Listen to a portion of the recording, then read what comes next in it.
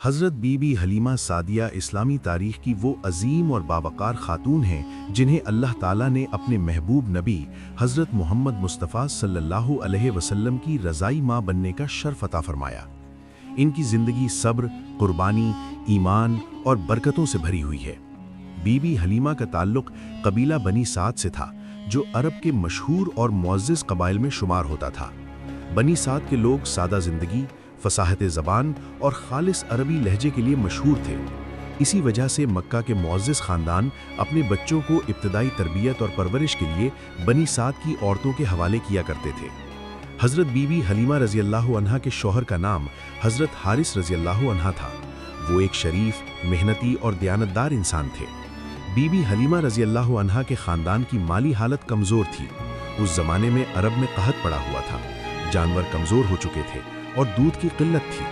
Be be Halima کے پاس ایک اونٹنی اور ایک گدھی تھی، دونوں کمزور اور لاغر تھے۔ ان کا اپنا بیٹا بھی کمزور تھا اور دودھ کی کمی کے باعث اکثر روتا رہتا تھا۔ یہ وہ زمانہ تھا جب مکہ کی عورتیں بچوں کو دودھ پلانے کے لیے لے جایا کرتی تھیں۔ بی بی حلیمہ بھی اس نیت سے مکہ پہنچی کہ کسی بچے کو دودھ پلانے کا شرف حاصل ہو جائے تاکہ کچھ معاوضہ ملے اور گھر کے حالات بہتر ہوں۔ مگر چونکہ حضرت محمد صلی اللہ علیہ وسلم اس وقت یتیم تھے، اس لیے زیادہ تر عورتیں انہیں لینے سے ہچکچا رہی تھیں۔ اس معاشرے میں یتیمی کو کمزوری سمجھا جاتا تھا اور عورتیں یہ سوچتی تھیں کہ یتیم بچے کے سرپرست سے زیادہ فائدہ نہیں مل سکے گا۔ جب بی بی حلیمہ نے دیکھا کہ سب عورتیں کسی نہ کسی بچے کو لے چکی ہیں اور انہیں کوئی بچہ نہیں ملا، تو انہوں نے سوچا کہ یتیم بچے کو لے لینے میں کوئی حرج نہیں۔ ان کے دل میں ایک عجیب سی نرمی اور کشش پیدا ہوئی۔ چنانچہ وہ حضرت آمنہ کے پاس گئیں اور حضرت محمد صلی اللہ علیہ وسلم کو اپنی گود میں لیا۔ یہ وہ لمحہ تھا جب اللہ تعالیٰ نے بی بی حلیمہ کی زندگی کو ہمیشہ کے لیے بدل دیا۔ جیسے ہی حضرت محمد صلی اللہ علیہ وسلم بی بی حلیمہ کی گود میں آئے، ان کی کمزور چھاتیوں میں دودھ بھر گیا۔ ان کا اپنا بچہ اور حضرت محمد صلی اللہ علیہ وسلم دونوں سیر ہو کر دودھ پینے لگے۔ یہ اللہ کی پہلی برکت تھی جو بی بی حلیمہ نے اپنی آنکھوں سے دیکھی۔ اس کے بعد جب وہ مکہ سے واپس بنی سعد کی طرف روانہ ہوئیں تو ان کی کمزور گدھی سب سے آگے چلنے لگی، حالانکہ پہلے وہ سب سے پیچھے رہ جاتی تھی۔ قافلے کی عورتیں حیران تھیں کہ یہ کیسے ممکن ہو گیا۔ بنی سعد پہنچنے کے بعد برکتوں کا سلسلہ اور بھی بڑھ گیا۔ بی بی حلیمہ کی اونٹنی جو پہلے دودھ نہیں دیتی تھی، اب خوب دودھ دینے لگی۔ ان کے جانور بھربا ہونے لگے، زمین سرسبز ہونے لگی اور قحط زدہ علاقے میں ان کے گھر خوشحالی نظر آنے لگی۔ قبیلے کے لوگ حیرت سے کہتے کہ حلیمہ کے جانور کہاں چر رہے ہیں جو اتنے تندرست ہیں، جبکہ ہمارے جانور کمزور ہیں۔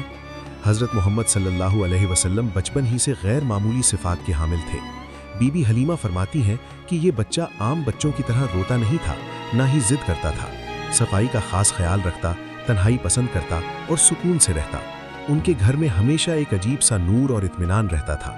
بی بی حلیمہ دل ہی دل میں شکر ادا کرتی تھی کہ اللہ نے انہیں ایسی نعمت عطا کی ہے۔ حضرت محمد صلی اللہ علیہ وسلم کی عمر جب تقریباً 4 سال ہوئی تو ایک دن وہ اپنے رضائی بھائی کے ساتھ باہر کھیل رہے تھے۔ اسی دوران جبرائیل علیہ السلام تشریف لائے اور شق صدر کا واقعہ پیش آیا۔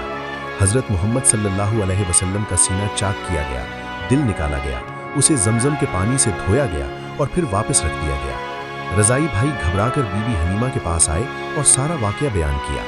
بی بی حلیمہ فوراً دوڑی آئیں اور حضرت محمد صلی اللہ علیہ وسلم کو دیکھا تو وہ بالکل خیریت سے تھے، مگر ان کے چہرے پر ایک خاص نور اور سنجیدگی تھی۔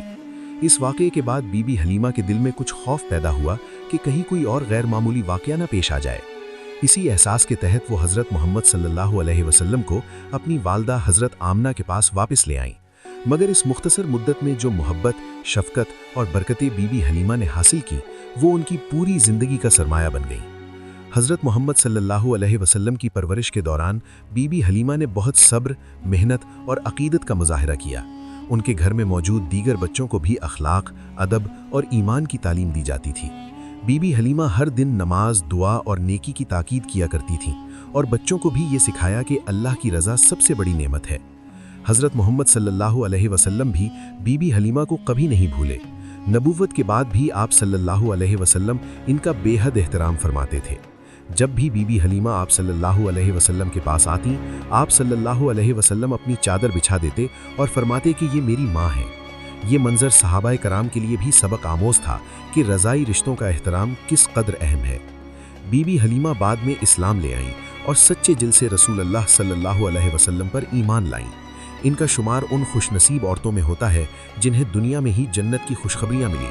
ان کی زندگی ہمیں یہ سبق دیتی ہے کہ اللہ کے فیصلے ہمیشہ بہتر ہوتے ہیں، اور جو کام خالص نیت سے اللہ پر بھروسہ کر کے کیا جائے اس میں برکت ہی برکت ہوتی ہے۔ بی بی حلیمہ سعدیہ کے نام کی برکت آج بھی ہر مسلمان کے دل میں زندہ ہے۔ ان کی زندگی ایمان، خدمت خلق، محبت رسول صلی اللہ علیہ وسلم اور قربانی کی روشن مثال ہے۔